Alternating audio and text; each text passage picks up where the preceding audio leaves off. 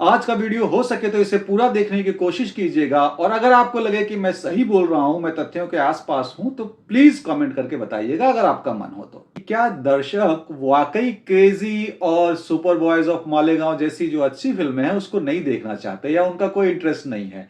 आपने पुराने ज्ञानी यूट्यूबर्स को सुना ही होगा कि बॉलीवुड बर्बाद, बॉलीवुड भस्म, बॉलीवुड तहस नहस, साउथ की फिल्मों ने ऐसा कर दिया, वैसा कर दिया, गर्दा उड़ा दिया। अब वो पब्लिक को कोस रहे हैं कि ऐसे कंटेंट नहीं देखने जा रहे हैं, फिर कहते हैं कि फिल्में अच्छी नहीं बन रही हैं।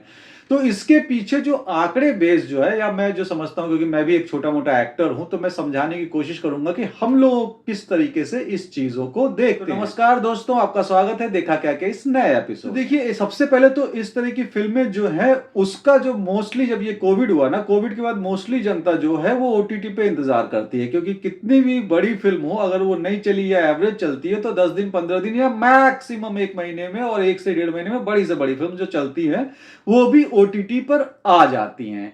अब एक सैड रियलिटी ये है कि नवाजुद्दीन सिद्दीकी सर की पिछली जो रिलीज्ड फिल्म है वो कब आई है, तो मैं थिएटर की बात कर रहा हूं, या आप जाके देखेंगे तो समझ जाएंगे। अभी इस पे आते हैं। एक तो मेरे ख्याल से प्रमुख कारण ये है ओटीटी का।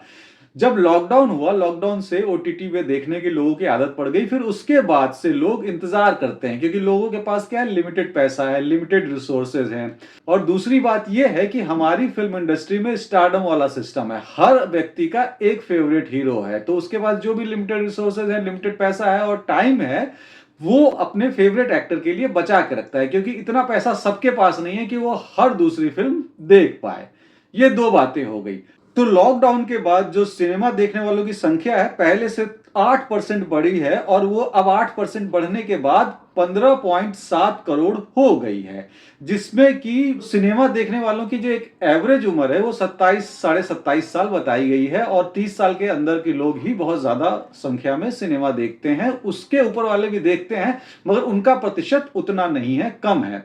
अब इसमें एक दिक्कत और जो आती है कि सुपर बॉयज ऑफ मालेगांव या क्रेजी, इस तरह की फिल्में जो है, खास करके सुपर बॉयज ऑफ मालेगांव, छोटे शहरों के लिए बी कैटेगरी, सी कैटेगरी टाइप, जिसको टीयर 2 टीयर 3 ऐसे सिटीज बोलते हैं, या कस्बे गांव, इस तरह के लोग ज्यादा देखना पसंद करते हैं, और उनके लिए थिएटर्स ही नहीं है। मतलब आप समझ लीजिए 69% जो बिल्कुल ग्रामीण क्षेत्रों से आते हैं उनके लिए थिएटर्स ही नहीं है, उनके आसपास थिएटर्स नहीं है। उनमें से 40 से 42% लोग ही जो है, आप 69% में से ये याद रखिएगा, 40 से 42% लोग ही दूर दराज के क्षेत्रों में जाकर के कोई फिल्म देख पाते हैं।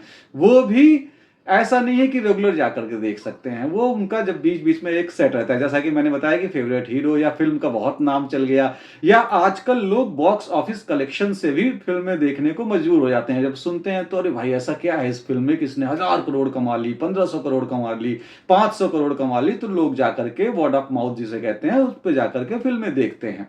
तो ये तो हो गई इतनी सी। अब आते हैं साउथ, जिसका कि बहुत बड़ा डंका बोलबाला लोग बजाते हैं कि भाई साउथ की फिल्में ऐसे बर्बाद कर दी। तो मैं आपको बता दूं, साउथ में 5 सीजन है, जिनमें की तमिल, तेलुगु और कन्नड़ा, इनका जो दर्शकों का शेयर है, देखने वाले लोगों की संख्या है, वो उनमें कमी आई है। लेकिन वहीं पर जो है मलयालम सिनेमा में, उनको देखने वालों की संख्या बढ़ी है, कितने से, 19% से। पिछले दिनों तक वो 1 करोड़ था, अब जाकर के 1 करोड़ 20 लाख लोग उसे देख रहे हैं। तो लोग, ऐसा नहीं है कि नहीं जा रहे, अच्छे सिनेमा की तरफ जा रहे हैं, लेकिन मलयालम सिनेमा क्या है, हर जगह जब आती है, हिंदी में उतना बड़ा बजट नहीं रहता है, तो डब होकर के नहीं पहुंच पाती है, या पहुंचती भी है तो बहुत कम सिनेमा हॉल्स उसको लगाते हैं, और लगाते भी हैं तो एक आध शो लगाते हैं, तो उनको उतनी ऑडियंस नहीं मिल पाती है अच्छी फिल्म होने के बावजूद भी। आप देखिएगा जब सुपर बॉयज ऑफ मालेगांव या क्रेजी ये जब आएगी ओटीटी पे, तब आप इसका हश्र देखिएगा, कितने सारे लोग इसको देखते हैं, अच्छे खासे संख्या में देखेंगे इसको लोग, और आप उसका प्रचार भी आप होते हुए देखेंगे। तो कुछ इस तरह की फिल्में जो हैं वो ओटीटी के लिए है। अब इस फिल्म को रिलीज किया गया था क्योंकि पूरा एक्सेल मीडिया का जो ग्रुप है, वो फरहान अख्तर वाला, जोया अख्तर वाला, ये सब फिल्मों को लेकर के बहुत ही पैशनेट लोग हैं, तो इन लोगों ने एक रिस्क लिया। आप ये कतई मत सोचिएगा कि आप बहुत बड़े ज्ञानी बाबा, उनको पता ही नहीं था कि ये फिल्म जो है चलेगी नहीं, नहीं, बिल्कुल नहीं। वो सब जानते थे। उन्होंने एक कैलकुलेटिव रिस्क लिया कि यार देखते हैं, ये एक अच्छी कहानी है, इसको बनाना चाहिए। कलेक्शन आजकल लोगों के दिमाग पे इतना जोर से मार दिया जाता है, इसलिए आप जब स्क्रॉल करते होंगे सोशल मीडिया, तो आपको जो भी नई रिलीज फिल्म है उसका कलेक्शन हर दिन में 2-3 बार दिखता होगा कम से कम। अगर आप बहुत कम सोशल मीडिया में रहते होंगे तो की बात बता रहा हूं, वरना 20-25-50 बार भी दिख सकता है हर दिन। आज इतना कमा ली, कल इतना कमा लिया। अब 1-1.25 करोड़ कमाई है या 50 लाख रुपए कमाई है, उसको दिखाने की क्या जरूरत है। लेकिन फिर भी लोग 1-1.25 करोड़ रुपए दिखाते हैं, और आजकल तो फेक जो बॉक्स ऑफिस है वो भी दिखाने का चलन है। क्योंकि आप इसको पता नहीं कर सकते हैं। कुछ एक संस्थाएं हैं जो इसको दिखाती हैं, वो आराम से मैनेज हो सकती हैं, कोई बड़ी बात नहीं है। लेकिन अगर नहीं भी मैनेज होती हैं तो वो आप कोई किसी का बही खाता वगैरह देखने तो नहीं जाते हैं। मैं बता दे रहा हूं, मैं भाई इतना कमाता हूं, मैं बहुत बड़ा एक्टर हूं, मैं इसलिए मैं नकाब लगाता हूं क्योंकि आप पहचान जाएंगे मेरे को। मैं अपनी पहचान गुप्त रखना चाहता हूं, मैं चाहता हूं लोग मेरी मेहनत को देखें। अब इस तरह की बकचोदी मैं कर सकता हूं, लेकिन मैं करूंगा नहीं। मैं सिर्फ किसी और कारण से लगाया हूं, किस कारण से लगाया हूं आप मेरे जो है बायो में जाकर के देख सकते हैं।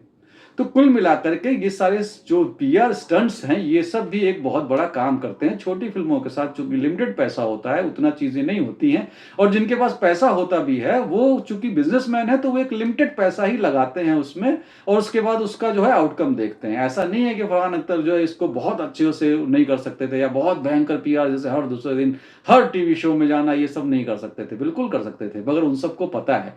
तो मेरा सिर्फ कहने का मतलब है, किसी का सुन करके, नंबर 1 क्रिटिक्स का सुन करके या किसी का सुन करके आप ये मत सोचिएगा कि भाई उन्होंने सोचा कि इससे तो हजारों करोड़ कमा लेंगे और वो बड़े बेवकूफ निकले, और ऐसा नहीं है। ये बिजनेस है, बिजनेस में सबको पता है क्या करना है। जो लोग इसमें हैं बहुत चालाक हैं, उनको पता है वो क्या कर रहे हैं। ये कुछ बातें थी जो मुझे लगा कि आपसे करनी चाहिए थी। आप देखेंगे नहीं देखेंगे वो आपकी मर्जी। तो अब तक अगर आपने मेरा ये वीडियो देखा है तो आपका बहुत बहुत शुक्रिया, धन्यवाद। फिर मिलेंगे यहीं पर इसी चैनल पे, आइएगा जरूर। Thank you.